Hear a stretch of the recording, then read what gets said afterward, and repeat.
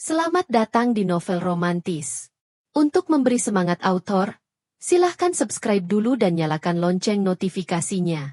Gairah Lia Sugar Baby, Bab 28. Sudah disepakati, jika Mara masih akan terus bekerja sampai kenaikan kelas nanti, dan itu masih sekitar 3 bulan lagi. Sementara itu setelah menikah nanti, mereka harus terpaksa kembali melakukan hubungan jarak jauh. Meski awalnya sedikit tidak rela, akhirnya Vano menurut saja. Yang terpenting Mara sudah mau ia peristri. Mara juga memilih menyerahkan semua persiapan pernikahan mereka kepada Vano. Mara memantaunya dari jauh dan hanya sekali datang ke sana untuk pengukuran gaun. Kurang dari 2 minggu lagi, Mara akan secara resmi diperistri oleh Vano. Mendekati hari pernikahannya itu, Mara dibuat gugup. Setiap malamnya ia kesulitan tidur. Tapi bukan hanya Mara, Vano pun merasakan hal yang sama. Sampai masa kerja Mara habis, nanti Mara siap untuk diajak pergi oleh Vano dari desa tempatnya kini tinggal. Untuk sementara pernikahan juga akan dirahasiakan, karena Mara masih belum siap jika orang-orang tahu jika ia adalah istri Vano. Sambil membawa boks kosong bekas dagangannya, Mara berjalan dengan langkah ringan menuju tempat parkir. Namun, Mara sengaja memelankan langkah kakinya, ketika melihat sosok Raka duduk tepat di atas jok motor miliknya. Motor baru yang belum lama ini Vano belikan untuknya, sedangkan motor lamanya sudah Mara jual. Ketika mereka sudah saling berhadapan, Mara menampilkan senyuman manisnya seperti biasa. Namun kali ini Raka tak membalas senyumannya. Wajah pria itu tampak sangat serius. "Bu Mara, kenapa?" tanya Raka, dengan tatapan mata yang menatap lurus wajah Mara. "Kenapa apanya?" tanya Mara mengangkat sebelah alisnya, tak mengerti maksud ucapan Raka. "Saya ada salah sama ibu?" tanya Raka lagi, yang Mara balas dengan gelengan kepala. "Kenapa menghindar?" Barulah seketika itu juga Mara terdiam. Bukannya menghindar tapi Mara hanya menjaga sedikit jaraknya dengan Raka, seperti mengurangi intensitas percakapan berdua. Mara juga sengaja mengabaikan pesan-pesan yang Raka kirim, jika memang tak terlalu penting untuk ia balas. Mara hanya mencoba menghargai komitmen yang sedang ia jalani bersama Vano. "Saya ada salah?" tanya Raka, yang kembali Mara balas dengan gelengan kepala. "Saya nggak menghindar, Pak. Buktinya sekarang saya nggak kabur," balas Mara sambil memaksakan sebuah senyuman. Raka hanya bisa menghembuskan nafasnya pelan. Ia tahu bagaimanapun, sepertinya Mara tetap tak akan mengakui, jika wanita itu memang benar menghindarinya. "Nanti malam Bu Mara sibuk?" tanya Raka. Mara tak langsung menjawabnya. Wanita itu terdiam sejenak, barulah tak lama menggelengkan kepalanya pelan. "Saya mau minta tolong," ucap Raka sembari menegakkan tubuhnya. "Tolong apa?" tanya Mara. "Antar cari hadiah untuk ibu saya. Sekalian kita makan di luar." Lagi-lagi Mara tak langsung menjawab, tapi kini matanya menatap lurus wajah Raka. Mara tentu sudah mulai menyadari, jika perhatian yang Raka tunjukkan untuknya mulai tidak biasa. Sepertinya, pria di hadapannya kini memang mulai menaruh hati kepadanya. Jangan sampai semuanya terlanjur jauh, Mara harus tegas. Secepatnya ia harus memberikan kepastian pada Raka, jika dirinya sudah memiliki komitmen bersama pria lain. "Ya udah, boleh," balas Mara tak lupa senyum manisnya. Bisa Mara lihat wajah pria di hadapannya juga ikut tersenyum cerah. Untuk urusan izin kepada Vano, akan Mara pikirkan nanti. "Nanti malam saya jemput ya, Bu." Sambil memberikan pijatan pada dahinya sendiri, Vano terus berjalan mondar-mandir di dalam kamar Mara. Wajah Vano tampak gelisah.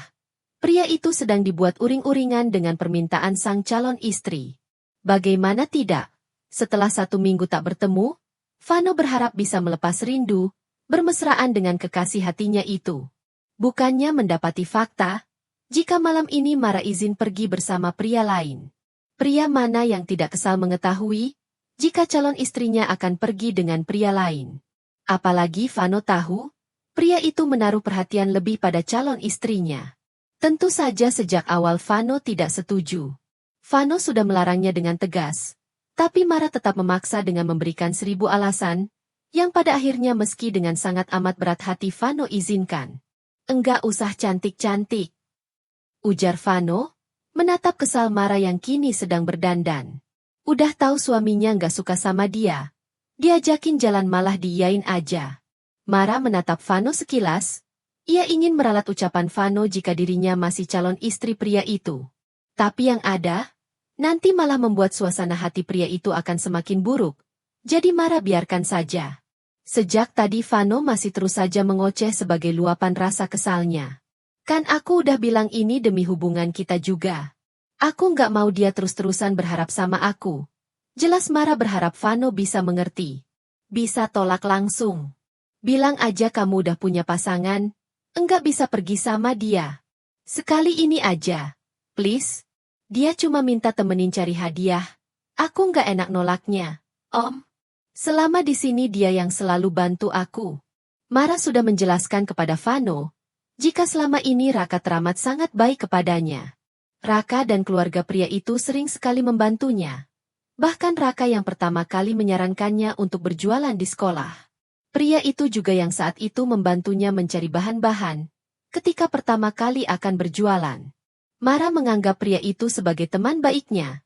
Dan Mara tak ingin meninggalkan kesan buruk dalam hubungan pertemanan mereka. Sekalian aku juga mau jelasin kalau aku mau menikah. Tambah Mara. Ya, Om, ya, pinta Mara memelas. Mara mengambil duduk tepat di sebelah Vano, yang kini duduk di atas kasurnya. Dari samping Mara memperhatikan wajah Vano yang tampak tertekuk masam. Terserah. Balas Vano, walaupun ia larang Mara pastinya akan tetap pergi. Om nggak suka sama dia. Iya aku tahu Om sukanya sama aku. Mara berbisik mesra. Kemudian dengan sengaja tangan Mara mencabut beberapa helai bulu kaki Vano, yang membuat pria itu meringis kesakitan. Jahil banget, sih. Ucap Vano. Kedua telapak tangan Vano merangkum kedua sisi wajah Mara, kemudian mulai mendaratkan kecupan-kecupan mesra di wajah kekasihnya itu, yang membuat Mara terkekeh kegelian. Sampai tak lama, Mara mendengar suara motor dari luar sana. Saat Mara intip lewat jendela, terlihat motor Raka sudah terparkir di depan rumahnya. Setelah berpamitan kepada Vano dengan memberikan kecupan mesra di bibir pria itu, Mara bergegas keluar untuk menghampiri Raka. Mara sengaja mengunci pintu depan rumahnya dari luar, karena Vano memang tadi masuk lewat pintu belakang. Udah siap? Tanya Raka, yang Mara balas dengan anggukan kepala. Mara naik atas boncengan motor Raka. Kemudian kedua tangannya kini berpegangan pada pinggang rekan kerjanya itu. Tapi, saat menoleh ke arah jendela kamarnya, Mara bisa melihat Vano sedang mengintip. Pria itu memberikan tatapan penuh peringatan. Sembari dengan gerakan mulut Vano menyuruhnya untuk menjauh dan menjaga jarak. Mara yang tak ingin membuat Vano semakin kesal menurut saja, dengan beralih mencengkram pegangan motor di belakangnya. Setelah berkeliling mengunjungi satu persatu toko, akhirnya pilihan Raka jatuh pada sepasang sepatu cantik berwarna putih pilihan Mara. Meski niat awal hanya mengantar, akhirnya Mara juga membeli sebuah skraf. Mara bungkus dengan rapih, yang kemudian Mara titipkan kepada Raka sebagai hadiah ulang tahun ibu pria itu. Sebelum pulang, Mara menurut saja ketika Raka mengajaknya mampir ke sebuah restoran untuk makan. Sejak tadi Raka terus mengajaknya berbicara, tapi hanya Mara tanggapi seadanya. Meski sudah mencoba menikmati makanan yang ada di hadapannya, namun sejak tadi sebenarnya pikiran Mara ada di rumah. Mara yakin sekali kalau Vano sedang merajuk kepadanya. Terbukti dengan pesan-pesan yang Mara kirimkan belum juga mendapat balasan dari pria itu. Mara. Mara yang semula sedang menatap layar ponselnya, langsung mengalihkan pandangannya pada Raka yang duduk tepat di hadapannya. Baru kali ini Raka memanggilnya tanpa ada embel-embel. Bu, kekagetan Mara tak berhenti sampai di sana. Ketika tiba-tiba saja tangan Raka meraih tangan kanannya yang ada di atas meja. Dengan memaksakan sebuah senyum canggungnya, Mara mencoba menarik tangannya tapi bukannya terlepas. Mara malah merasakan genggaman tangan Raka semakin erat. Aku suka sama kamu. Dari awal ketemu aku udah tertarik sama kamu. Mendengar pengakuan Raka seketika Mara terdiam. Karena tak menyangka jika akhirnya Raka mengungkapkan juga perasaannya. Awalnya Mara masih mencoba menyangkal. Mara takut ia yang terlalu percaya diri, dan salah mengartikan perhatian yang Raka beri tapi ternyata benar. Pria itu memang menaruh perasaan lebih untuknya. Mara hanya bisa menghembuskan nafasnya pelan. Mungkin inilah waktu yang tepat untuk ia menjelaskan semuanya kepada Raka. Maaf Pak, saya nggak bisa, tolak Mara. Ia menatap lurus wajah Raka yang sedang menatapnya penuh harap. Kenapa? Aku kurang baik apa sama kamu? Cecar Raka yang tentunya tak terima Mara menolaknya begitu saja. Saya sudah punya pasangan, jelas Mara. Kamu pasti bohong. Tentu Raka tak bisa percaya begitu saja. Karena selama ini Mara tak terlihat dekat dengan pria manapun. Selama ini Raka selalu memantau Mara. Dan sejauh itu Raka tak pernah melihat Mara dekat dengan pria manapun. Sepertinya itu hanya akal-akalan Mara saja untuk menolaknya. Kenapa saya harus bohong? Mara menarik paksa tangannya dari genggaman tangan Raka. Kemudian Mara mengangkat tangan kirinya sendiri, untuk menunjukkan cincin yang baru saja tadi Vano pakaikan di jari manisnya. Seharusnya Raka menyadari cincin yang kini menghiasi jarinya itu. Enggak usah bohong, Ra. Kalau kamu emang belum bisa terima, aku nggak masalah, asal kasih kesempatan aku untuk dekat sama kamu, pinta Raka dengan wajah memelas. Raka masih meyakini jika Mara hanya berbohong kepadanya. Tak masalah jika Mara menolaknya. Karena wanita itu masih belum memiliki perasaan lebih kepadanya. Raka hanya ingin Mara memberinya kesempatan mereka bisa dekat. Lebih dari sekedar teman ataupun rekan kerja. Saya serius. Pak, aku rela putusin Dias demi kamu. Ra? Jelas Raka sembari mengusap wajahnya kasar. Loh? Mara berseru kaget mendengarnya. Padahal Mara ingat sekali, Raka sendiri yang bercerita jika kekasih pria itu yang mengakhiri hubungan mereka, dan memilih kembali kepada sang mantan. Kenapa tiba-tiba saja ceritanya berubah? Jika memang kenyataannya seperti itu, Raka benar-benar sangat jahat. Mara mendadak dibuat tak enak hati kepada Dias. Aku yang putusin karena aku sukanya sama kamu, ucap Raka memperjelas. Aku kurang baik apa? Aku udah rela putusin Dias. Kenapa kamu nggak bisa berkorban demi aku? Tanya Raka penuh rasa frustrasi. Saya nggak pernah minta Bapak buat putusin Dias. Dari awal saya cuma anggap Bapak teman. Enggak lebih, ucap Mara. Jadi gimana? Tanya Raka dengan nada lesunya, yang tentu saja Mara balas dengan gelengan kepala tegas. Seketika itu juga Mara melihat rahang Raka mengeras, tatapan pria di hadapannya juga berubah tajam. Mara dibuat kaget ketika dengan kasar Raka bangkit dari duduknya. Kemudian tanpa kata pria itu melangkah pergi begitu saja meninggalkannya. Mara sudah mencoba mengejar Raka yang ternyata pergi menuju parkiran, tapi pria itu terus mengacuhkannya.